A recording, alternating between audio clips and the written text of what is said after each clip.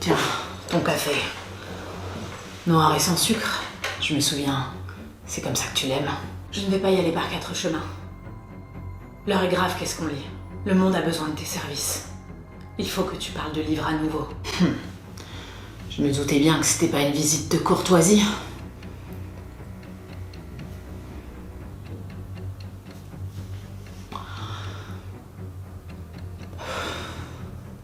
C'est terminé tout ça pour moi.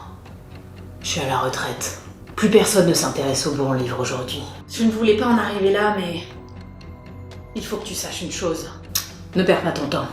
Rien de ce que tu pourras me dire ne me fera changer d'avis. Personne n'a parlé des livres de Robert Perici. Personne n'a parlé des livres d'Ante Tomic. Personne. Tes livres préférés, c'est comme s'ils n'existaient pas sur le booktube. Comment ça? Personne. Personne. Je sais, c'est dur.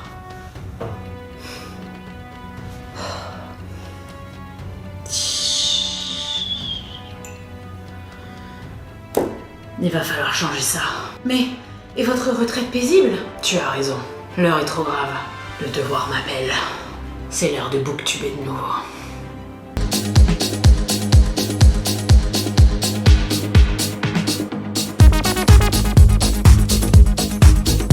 Je regrette ce qui me semble être une tendance à l'uniformisation de la littérature française contemporaine. Que ce soit le trop-plein dégoulinant d'autofiction, le besoin de se raccrocher à des histoires vraies, même si ce ne sont pas les siennes, il y a comme un rapetissement de l'horizon d'imagination, qui sont, à mon goût, trop centrés sur des drames familiaux ou des drames personnels. Un peu d'ailleurs comme si le film français s'était déversé dans la littérature contemporaine. Et le style n'est pas en reste, avec souvent une tendance à une forme d'écriture blanche ou un style un peu poético-tragique, qui sointe le mélodrame comme si la tristesse naturalisée était constitutive du style. Ce diagnostic, qui tient en quelques phrases, n'est évidemment pas une vérité générale absolue. Parce que déjà, ici, je ne parle pas de la littérature de genre. Et en plus, j'ai eu d'excellentes surprises en littérature française contemporaine, des livres qui apportent un vent de fraîcheur nécessaire au paysage littéraire français. Donc si je vous dis que ces dernières années, j'ai vécu un renouveau d'amour fou pour la littérature, ce n'est donc pas ou très marginalement du fait de livres français, mais plutôt d'œuvres qui viennent de pays dont je ne soupçonnais pas que j'y trouverais de tels livres. On ne savait pas grand-chose aussi, il faut le dire. J'ai vécu un vrai cheminement de petits poussés à glaner, à collectionner des livres remarquables, que ce soit grâce à des conseils ou obligations formelles de personnes qui me sont chères et qui connaissent mes goûts aussi, et des librairies comme celle du Merle-Moqueur à Paris, qui a une sélection de littérature étrangère absolument époustouflante. Vous trouverez chez eux des livres que vous n'aurez jamais vu ailleurs. Au cours de ces 4-5 dernières années, j'ai donc constitué une sorte de panthéon personnel de livres qui m'ont enchanté, pour des raisons très très différentes et des livres qui sont aussi incroyablement différents, mais qui ont apporté pour moi un souffle nouveau sur ce que ça peut être de raconter une histoire, ce que ça peut être un livre, ce que ça peut être le style. C'est pourquoi, après avoir beaucoup laissé mon moi sarcastique, désabusé, un tantinet moqueur, aux rênes de cette chaîne YouTube, j'ai décidé de le laisser un peu au placard, au moins le temps de cette vidéo, pour vous parler, en tant que qu'est-ce qu'on lit, enchantée, admirative de la littérature. Je me propose donc d'être votre guide le temps de cette vidéo, dans le meilleur insoupçonné de la littérature contemporaine, agrémenté d'une belle collection de vidéos stock et, surtout, je l'espère, d'une diversité de lectures qui vous donneront peut-être pas le goût d'entreprendre ce voyage tout entier, mais au moins un petit bout du chemin.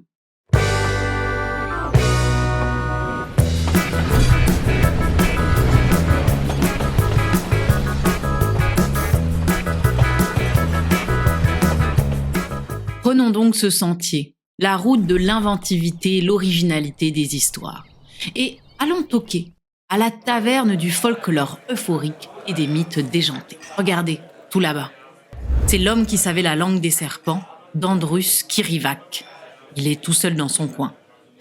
Normal, c'est une espèce en voie de disparition qui fait peur aux autres. Ce livre est un chef-d'œuvre, ni plus ni moins, qui réinvente l'épopée en nous emmenant dans les forêts d'Estonie, ce petit pays où les gens vivent dans la forêt et parlent la langue des serpents en symbiose avec les animaux. Mais leur existence, leur manière de vivre, qui jusqu'à présent constituait la norme pour les Estoniens, devient de plus en plus marginalisée, menacée par des nouvelles manières de vivre avec la ville importée d'autres pays. Il n'y a rien dans ce livre que vous ayez déjà lu ailleurs. Tout au long de votre lecture, vous serez à la fois touché, ému, captivé, hilar, énervé aussi. Et au moment de refermer ce livre, vous aussi, vous irez vous installer seul au comptoir, boire un verre, en vous demandant comment passer à un autre livre après la magnificence que vous venez d'avoir entre les mains. Si, comme moi, vous associez plutôt les épopées au registre antique avec l'Iliade, l'Énéide, l'Odyssée, eh bien, L'homme qui savait la langue des serpents saura vous prouver que il est tout à fait plus que possible d'écrire des épopées complètement surprenantes et époustouflantes aujourd'hui. Même si les autres livres de Kirivac valent énormément le détour, quittons la taverne pour le moment. Nous prenons maintenant un petit pont, aussi vieux que l'humanité elle-même, qui nous amène dans le jardin de l'acerbe critique sociétale. Ne vous laissez pas tromper par son aspect calme et zen, il ne l'est que parce qu'il faut de la concentration pour bien la réaliser dans un roman. Beaucoup de livres de cette sélection ont transité à un moment ou à un autre dans ce jardin. On va pas tous les déranger pour le moment, mais regardez là-bas, sur le banc, on trouve La guerre des salamandres de Karel Čapek. Publié en 1936, ce livre d'anticipation est d'une grande originalité. Et oui, vous allez me dire, ce n'est pas un livre contemporain, au sens strict du terme, Karel Čapek n'est plus parmi nous. Mais ce livre est remarquable et terriblement actuel selon moi. Dans l'océan Pacifique, une race de salamandres intelligente est découverte. Les grandes puissances impérialistes y voient l'opportunité non pas de vivre en collaboration pacifique avec cette espèce, non pas d'apprendre de l'autre, mais une forme de nouvel or, une force de production gratuite ou quasi gratuite, corvéable à merci, esclavagisée sans considération morale. Réussir à rendre compte dans un roman haletant, non pas tant de destinée individuelle, mais de tout un système à l'œuvre, est tout simplement brillant. J'y vois personnellement une réflexion très actuelle sur le rôle notamment des intelligences artificielles dans nos sociétés. Et le fait que le livre ait été écrit en plein mouvement international ouvrier et impérialisme colonialiste, on va parler de l'Empire britannique, de l'Empire français par exemple, en fait tout cela crée des décalages qui sont d'autant plus intéressants je trouve, car ça remet l'actualité et l'héritage de ces empires coloniaux et de ce qu'ils ont fait au monde en entier. Nous voici maintenant face au mur de la dérision et du sarcasme. Un art très difficile à manier en littérature. Un trop-plein brise le contrat de lecture et lasse rapidement le lecteur qui voit tout le temps, en surimpression, le rictus de l'auteur. Tout particulièrement, j'ai trouvé que les auteurs et les autrices qui viennent de pays qui constituaient l'ex-Yougoslavie battent tous les autres à plate couture. Ils partagent des similitudes avec l'âme russe, avec un regard désabusé sur le monde absurde et ridicule auquel ils appartiennent. Мы хотим больше сисек, мы хотим больше... Что самое главное в женщине? Душа. Mais là où le russe a plutôt tendance à sombrer dans une mélancolie nihiliste, ce constat est comme le point de départ pour se dire « Alors, plus rien n'a de sens ? Eh bien, amusons-nous, moquons-nous, à commencer par nous-mêmes. » Et ce qui est important, c'est qu'il ne s'agit pas d'un sarcasme méchant, mais au contraire, terriblement humaniste et touchant, car même s'il y a des personnages qui sont odieux, ils sont tous touchants dans leur ridicule. Et j'insiste sur ce point, car pour moi, il ne s'agit pas juste d'un effet de mode ou d'un effet de style, mais vraiment un élément décisif qui transforme le rapport à la fiction. C'est comme si l'imagination pouvait passer la 5e et les personnages sortent des canons habituels sans rien noter, au contraire, au plaisir de la lecture.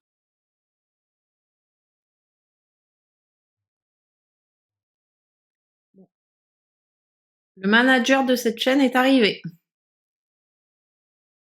On arrête les conneries. regardez la trône en grand, les turbines du Titanic de Robert Perisic.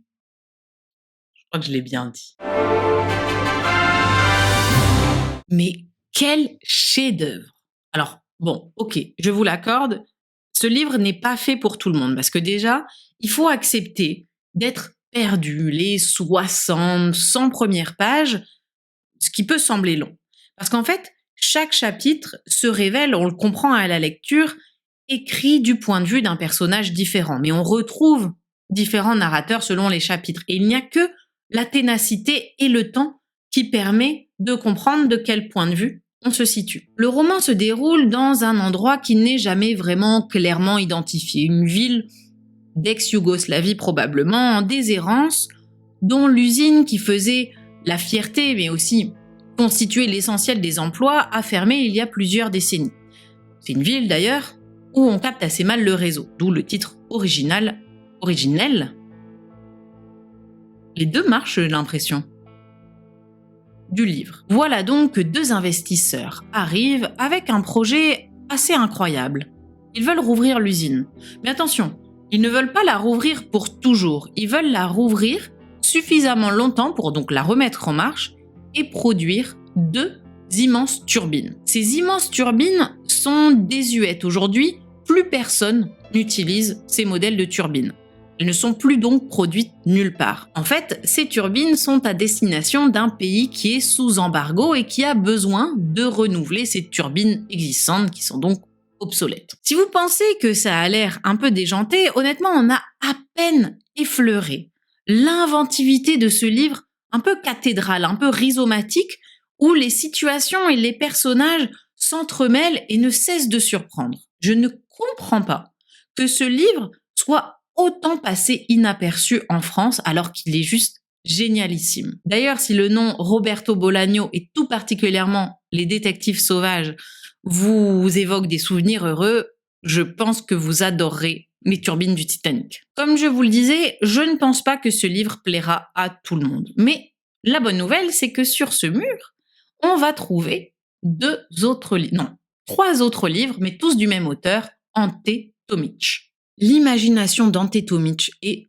incroyable. Livre après livre, il arrive à imaginer des histoires à la fois ubuesques et très vraisemblables, et à incarner une panoplie de personnages dont il est impossible de détester le plus médiocre d'entre eux. Entrer dans un roman d'Ante Tomic, c'est l'assurance de passer un moment agréable, plein d'humanisme, d'intelligence et de sagacité. Il puise son inspiration de sa Croatie natale.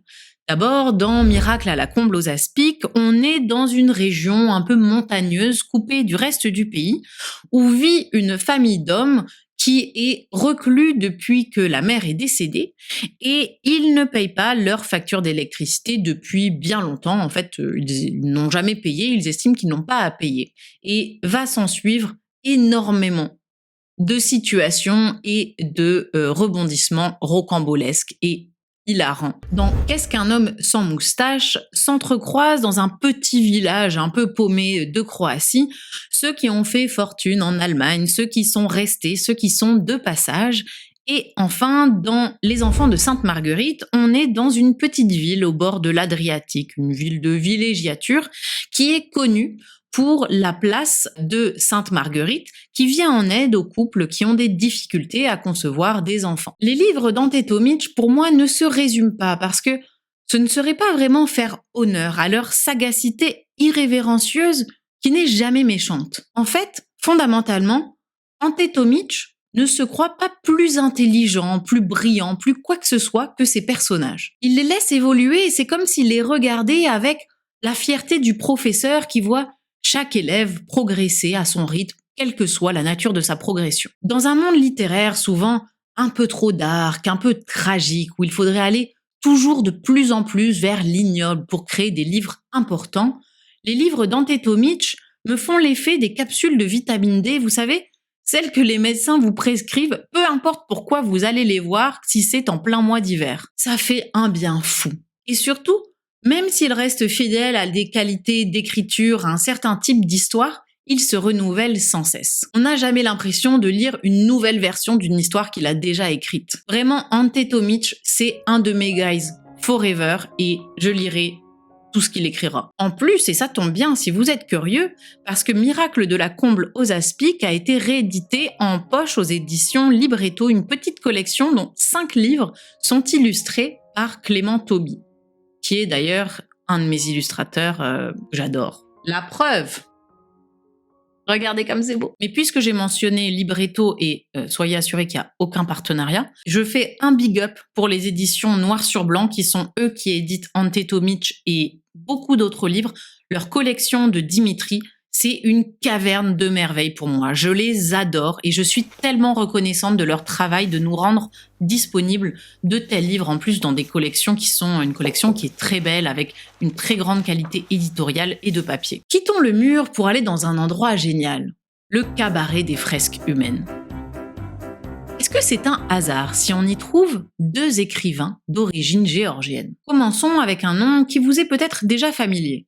Nino Aratidjvili. Elle est connue et reconnue, mais ça ne veut pas dire qu'il ne faut pas prendre le temps de parler de son œuvre. Je connais peu d'écrivains de son calibre qui parviennent à nous embarquer dans des histoires aussi narrativement complexes et délicatement tissées, avec une variété de personnages, tous plus inoubliables les uns que les autres. J'ai adoré La Lumière vacillante, j'ai été captivée par Le Chat, Le Général et La Corneille, et j'ai hâte de me plonger dans La 8e vie que je viens d'acheter en seconde main. Pour moi, c'est le genre de livre qui met un peu de temps à démarrer. J'ai vraiment ressenti ça sur les 2 romans, qui sont d'ailleurs des romans fleuves, hein, des pavés. Une fois qu'on est dedans, et ça arrive relativement vite, en tout cas pour moi, on a envie que ça ne se termine jamais. Et puis livre après livre, Nino Aratidjvili nous emmène dans des univers complètement différents.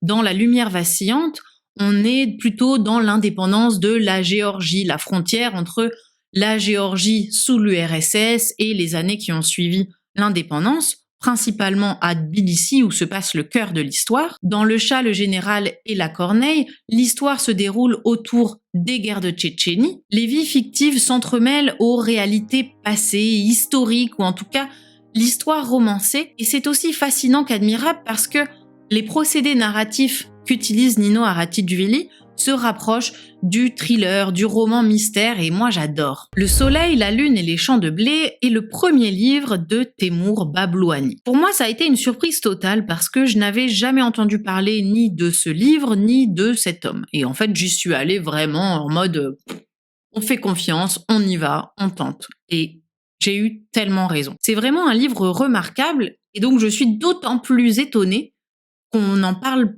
pas du tout. Si comme moi son nom ne vous dit rien, en fait Teimour Bablouani est un réalisateur de films. On retrouve dans son style et dans sa narration quelque chose d'à la fois très visuel avec un amour de la photographie, de l'image, et très rythmé avec du mystère, avec une attente qui s'installe et qui se déroule chapitre après chapitre. Aucun ennui ici à prévoir du tout. Le protagoniste principal de cette histoire est un jeune Géorgien dans la Géorgie soviétique et il se retrouve incarcéré pour un meurtre qu'il n'a pas commis. En fait, il est obligé, en quelque sorte, de dire que c'est lui qui a commis le meurtre, même si ce n'est pas le cas. Comme il est mineur, en fait, sa sentence aurait dû être faible, avec quelques années tout au plus. Bon, ce qui est déjà très long, hein, bien sûr, mais en réalité, commence pour lui des décennies et des décennies où il est pris dans l'appareil répressif de l'Union soviétique. Le livre est aussi haletant qu'émouvant, il y a une belle histoire d'amour et moi je vous cache pas que j'ai versé ma petite larme plus d'une fois. C'est une immense fresque humaine qui me fait penser, sous certains aspects, aux Trois Mousquetaires ou encore aux Misérables de Victor Hugo. Donc vraiment, découvrez ce livre, il est génial. J'espère que vous n'avez pas peur du noir, car nous allons à présent descendre dans les profondeurs, la station de la noirceur. Ici, très peu de lumière, si ce n'est celle de néons blafards qui scintillent. On y trouve des ouvrages qui font froid dans le dos. Commençons avec un livre très, très étrange.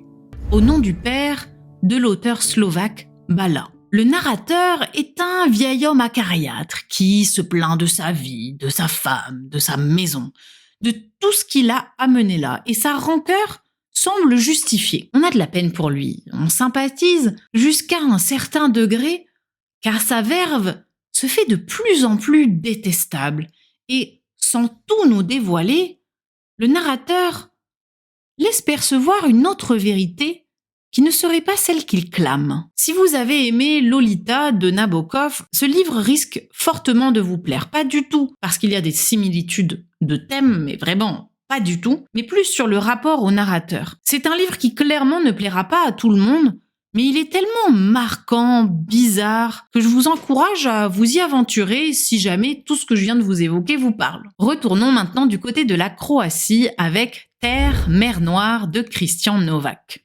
C'est le premier livre de l'auteur et, ce style, cette imagination, mais que ce soit Christian Novak ou Chloé Billon, sa traductrice, merci pour cette œuvre. Le livre commence avec des tensions au sein d'un couple parce que la copine a remarqué que les histoires que raconte son mec sur son passé, ce qui lui est arrivé pendant l'enfance, changent tout le temps et il y a des incohérences.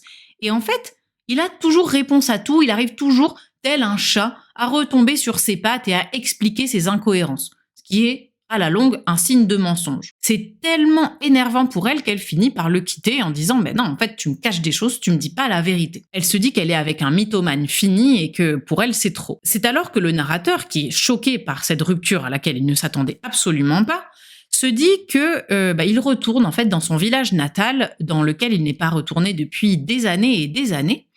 Et au contact de sa mère et de sa sœur, qui habitent toujours dans ce village, on lui montre des dessins et dit « Ah, mais qui a fait ces dessins ? Ils sont un petit peu lugubres. » Et sa sœur lui dit « En fait, c'était toi. » Commence alors sa sortie d'amnésie avec la reconstitution progressive de ce qu'a été réellement son enfance dans ce petit village. C'est un livre qui est prenant, glaçant, effrayant, très très bizarre, mais dans le bon sens du terme, avec aussi un style super marqué et un travail sur la langue qui ne vous laissera pas indifférent. Donc si vous aimez la littérature là, un peu dark, un peu gothique, je pense que ce livre a de grandes chances de vous plaire. Bon, retournons tranquillement vers la sortie parce que si j'aime bien les livres un peu dark, un peu noirs, un peu gothiques, pas tout le temps. C'est un peu pour moi comme un vin rouge qui tabasse avec des tanins supersoniques. Ok, mais juste pas tout le temps. Pas tout le temps. Et il se trouve que j'ai un super livre pour faire la transition vers le retour vers la lumière. Ça peut être noir sans être totalement terrifiant ou effrayant. Et surtout, l'humour sarcastique dont je parlais peut être une bouée de sauvetage dans des existences mornes et dans un livre particulièrement étrange. Dans le fossé est une de mes lectures préférées de l'année dernière. La narratrice est une jeune femme en pleine dépression dans sa Bosnie natale. Elle passe son temps dans sa chambre en train de regarder des séries policières à la télévision, ce qui la rassure. Sa mère fait irruption dans sa chambre et lui ordonne de se rendre à l'enterrement d'une de ses tantes qui s'est étouffée malheureusement avec un os de poulet resté coincé dans sa gorge. Donc elle doit se rendre, elle doit représenter la partie de la famille pour évidemment, être à l'enterrement et payer ses respects, mais aussi être sûr qu'il n'y a pas de magouille avec un potentiel héritage. Entre une narratrice en dépression et l'événement principal du livre qui est en enterrement, on peut se dire que ça va pas être très joyeux. Et en fait, ce livre est un joyeux et perpétuel délire, où la vision désabusée de l'existence de la narratrice contraste avec une panoplie de personnages ubuesques, que ce soit la cousine qui est devenue star d'un télécrochet et qui est un petit peu la célébrité du village, qui passe son temps à manipuler les autres, le cousin qui vient la chercher et qui conduit un petit peu n'importe comment, le tonton qui est porté sous la bouteille et qui cache des bouteilles justement pour pouvoir boire un petit coup quand ça l'arrange. C'est une sorte de road trip sous substance inconnue, mais il y en a une. Et moi, j'ai passé un excellent moment avec ce livre, auquel j'ai trouvé d'ailleurs des similitudes avec le style de Ante Tomic, mais en version un petit peu plus dark et cynique, ce qui n'est pas non plus pour me déplaire. Maintenant qu'on est dehors, on va passer par un petit pâturage où se trouve un livre ovni. Scène villageoise sans cochon. C'est le premier livre de l'autrice, une autrice croate. Si comme moi, vous vous méfiez un peu instinctivement et peut-être un peu irrationnellement des livres de scène qui me donnent parfois le sentiment que l'écrivain ne savait pas trop comment proposer une histoire complète et donc peut tendre vers la facilité parce que ce ne sont pas non plus des nouvelles, honnêtement, vous pouvez aller sans crainte vers celui-ci. Ce n'est pas du tout mon ressenti. Il est d'une grande fluidité, d'une grande sensibilité. On explore le quotidien de la narratrice enfant dans une région nord de la Croatie. Et j'ai vu dans différentes critiques le livre qualifié de plat, mais en fait je suis pas d'accord parce que l'autrice justement retranscrit avec brio un style direct, ingénu et incisif comme savent l'être les enfants. Vous savez, ils sont à la fois mignons et en même temps ils vous défoncent quoi.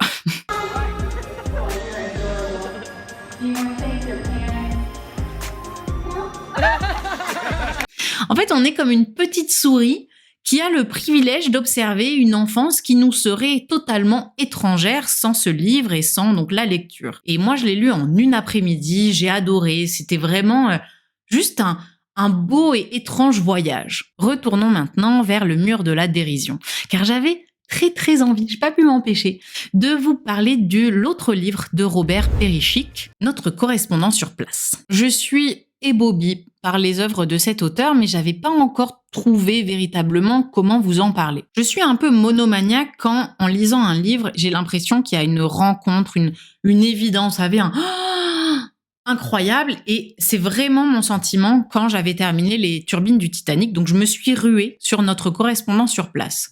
Il est très différent des Turbines, car déjà, l'histoire se passe en une semaine. Le narrateur qui nous écrit au jeu est un homme au milieu d'âge qui se trouve à un carrefour de sa vie, carrefour entre son couple, mais aussi son travail, ce qu'il veut de la vie au global. Le personnage est journaliste et le sujet du moment est la guerre, l'invasion de l'Irak par les États-Unis. Comme le narrateur a un cousin qui parle arabe, il propose à son journal de l'envoyer sur place pour pouvoir avoir un correspondant local. Sauf qu'il se rend très vite compte que la matière que lui envoie son cousin est juste inutilisable. C'est une forme de grand délire. Plutôt que de dire la vérité, il va petit à petit s'enfoncer de mensonge en mensonge jusqu'à avoir des difficultés à s'en sortir. Tout lui échappe petit à petit, et ce que j'ai adoré dans ce livre, c'est aussi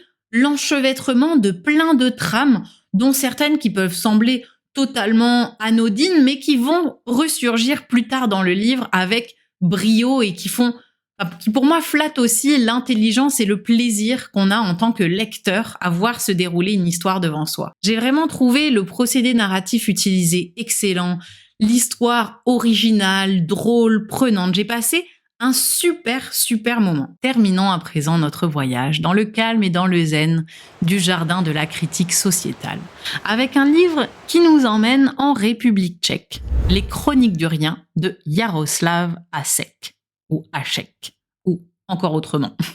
Mais j'ai pas trouvé la prononciation. C'est un ensemble de nouvelles, toutes plus irrévérencieuses les unes que les autres. On a l'histoire d'un prisonnier qui est préposé à faire la quête tous les dimanches lors de la messe hebdomadaire, mais comme il se voit retirer sa portion supplémentaire de petits beignets à l'agneau, il décide de faire grève et que c'est inacceptable. Ou encore en prison, un condamné à mort qui est tombé gravement malade après son repas du condamné. Il a une intoxication alimentaire terrible et l'État fait tout pour le sauver, pour pouvoir le condamner à mort. Chaque nouvelle est une petite pépite de style, de rythme, d'originalité de l'histoire qui nous emmène dans des terrains loufoques mais vraisemblables, et tout est très différent. J'étais en train de lire ce livre la dernière fois que je suis allée chez le coiffeur. Peut-être que j'y retourne. Et en fait, on m'a demandé ce que j'étais en train de lire parce que il me disait, mais on n'a jamais vu quelqu'un rire autant en lisant un livre. Vraiment, ce recueil, je l'ai adoré. Et on peut le lire vraiment à la fois en picorant une nouvelle par-ci par-là ou de bout en bout, parce que, encore une fois, les thèmes et les nouvelles sont très différentes. J'espère que ce voyage vous a plu et que vous avez vu qu'il y a des histoires, des styles, des livres qui peuvent plaire à beaucoup d'entre vous. Et comme j'ai vraiment envie de visibiliser ces auteurs, ces autrices, ces livres et ces régions du monde, je vous propose une lecture commune, libre, qui aura lieu au mois de mars. Le principe est simple. J'avais déjà fait une lecture commune sur une œuvre de Karlové Knausgaard, donc on va refaire une petite communauté autour de cette région élargie et ces livres très différents. Chacun va choisir le livre qu'ils souhaitent, ou les livres qu'ils souhaitent dans une sélection d'ailleurs qui sera élargie. Le critère, c'est qu'il faut vraiment que ce soit un auteur ou une autrice des régions mentionnées. Et on va rythmer donc nos lectures par des échanges, mais qui cette fois seront privés, que entre nous. On va utiliser la plateforme Discord. La dernière fois, on avait fait les lives sur YouTube, mais j'ai vraiment envie que ce soit plus entre nous, tout pipou, tout chill, où chacun peut parler, et c'est pas juste un live de moi à vous. Et vous savez, si on est 10 à faire la lecture commune, on sera 10 et ce sera très bien. Tout le monde est le bienvenu. Moi, je pense que je relirai Les Turbines du Titanic et peut-être que j'essaierai de lire un autre livre que j'ai pas lu, mais c'est peut-être un peu trop de lecture. On verra. Je partagerai tous les détails, que ce soit la liste des livres, le lien vers la communauté sur mon compte Instagram. J'espère que ce sera un chouette moment et que vous découvrirez les livres, un livre peut-être que vous ne connaissez pas, si vous décidez de vous joindre à nous. Et s'il y avait un doute, c'est totalement gratuit, il vous faudra juste le livre que vous voulez lire. Et ouais, c'est pas moi qui le fournis. Qui l'eût cru? J'espère vous avoir sinon convaincu, du moins avoir suscité votre curiosité, votre intérêt pour les livres de ces régions du monde et pour ces autrices et ces auteurs qui a une littérature incroyable à nous offrir. Je trouve que ce sont des livres très peu représentés, assez peu mis en avant, à l'exception peut-être de Nino Ratichvili, qui maintenant en plus est publié à la collection du monde entier de Gallimard. Elle a percé, comme on dit, dans le jargon, mais il y en a énormément que je n'ai vu nulle part. Et si j'ai fait cette vidéo, c'est justement parce que je trouve ça difficile, ne serait-ce que d'aller vers ces livres qui souvent, si vous allez en librairie, ils vont être dans la catégorie autres pays de l'Est, ce que je comprends très bien, parce qu'il n'y en a pas assez, qu'il faut faire des choix, les librairies n'ont pas des espaces suffisants pour tout mettre en avant. Mais en fait, il y a peu de chances, selon moi, pour que vous tombiez dessus un peu par hasard ou que vous vous laissiez tenter. C'est pourquoi j'ai voulu vraiment visibiliser ces livres dans ma croisade pour cette littérature. Depuis quelques années, ce sont vraiment ce type de livres, pas seulement, mais vraiment beaucoup, ces livres qui ont contribué à me redonner un souffle et un amour de la littérature, pour moi, voir une forme de renouvellement qui était nécessaire pour moi en tant que lectrice. Et bien sûr, ça ne veut pas dire que j'aime tous les livres des autrices ou des auteurs de ces régions, ça ne veut pas dire que tous ces livres sont géniaux, sont exceptionnels, parce qu'il faut aussi garder en tête que le meilleur du meilleur de ces pays nous parvient, à la différence des océans de livres écrits en français que nous avons à disposition. Et je suis sûre qu'on va me dire que je fais des liens entre des livres de régions, d'époques qui n'ont rien à voir, c'est vrai, l'Estonie, la Bosnie, la Croatie, la Géorgie, la République tchèque, je suis d'accord. Il n'empêche qu'au début, je voulais me concentrer sur la région des Balkans, spécifiquement la Croatie, mais en fait, j'ai choisi d'élargir parce que, même si, encore une fois, c'est très très différent, je trouve que ça permet de faire des liens entre les livres que moi j'ai perçus, en tout cas que moi je fais, qui dépassent le seul pays, la seule conception nationaliste en fait d'un pays.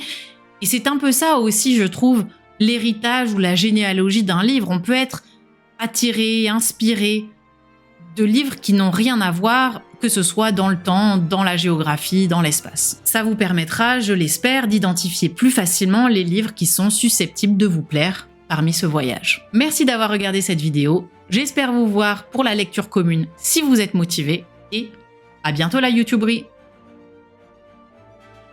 Robert Pericich. Pericich. Robert Pericich.